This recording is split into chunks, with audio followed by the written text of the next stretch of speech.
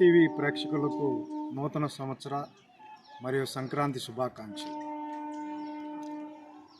జగన్మోహన్ రెడ్డి గారు అధికారంలోకి రాకముందర ఊరూరా పాదయాత్ర చేస్తూ ప్రతి ఒక్కరికి నేను ఉన్నాను, నేను విన్నాను, నేను కన్నాను అనే కళ్ళబొల్లి మాటలు చెప్పి అందరికీ అన్ని వర్గాల ప్రజలకు న్యాయం చేస్తానని చెప్పి అధికారంలోకి వచ్చి 4.5 సంవత్సరాలు పూర్తయి ఇంక రాబోయే 3 నెలల్లో ఎన్నికలు జరగబోతున్నాయి.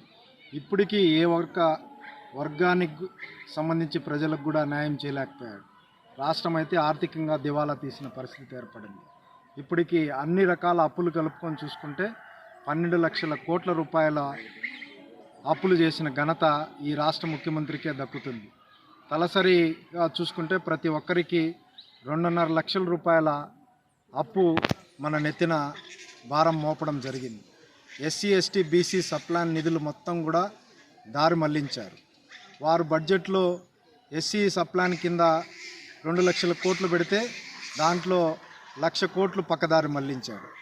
అలాగే సర్పంచులకు మౌలిక సదుపాయాల కోసం కేంద్రం పంచవర్ష ప్రణాళికలో భాగంగా నిధులు కేటాయిస్తే ఆ నిధులు కూడా దాదాపు ఇప్పటికి 6,000 కోట్ల రూపాయలు పక్కదారి మళ్లించాడు. అలాగే ఈ రాయలసీమలో గాలేరు నగరి, హంద్రినీవా లేదా మొన్న కొట్టకపోయిన అన్నమయ్య, పింఛా డ్యాములు కూడా ఒక తట్టడ మట్టి కూడా తీసిన పాపాన పోలేదు.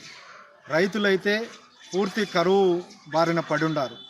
ఇప్పటికి కూడా ఈ మధ్యకాలంలో మొన్న వచ్చిన మీచింగ్ తుఫాను కానీ దానికి ముందు వచ్చిన తుఫాను వల్ల కానీ నష్టపోయిన రైతులకు కూడా నష్టపరిహారం చెల్లించడంలో కూడా జాప్యం చేస్తున్నాడు. రాష్ట్రంలో దేశంలోనే ఈ రాష్ట్రం 3వ స్థానంలో ఆత్మహత్యల విషయంలో రైతుల విషయంలో ఉంది. అలాగే కరువు ఈ రాష్ట్రంలో విపరీతంగా విలయతాండం చేస్తున్న కొన్ని మండలాలే కరువు మండలాలుగా ప్రకటించి మిగిలిన కరువు మండలాలు ప్రకటించకుండా పోవడం చాలా శోచనీయం. అలాగా మహిళలకు ఈ రాష్ట్రంలో భద్రతే లేదు. ఎప్పుడు చూసినా ఏదో ఒక నెలలో ఎక్కడో చోట అమ్మాయిలపైన దాడి జరుగుతున్నది. వారు ఎవరిపైన కూడా చర్య తీసుకునే పాపాన పోలేదు.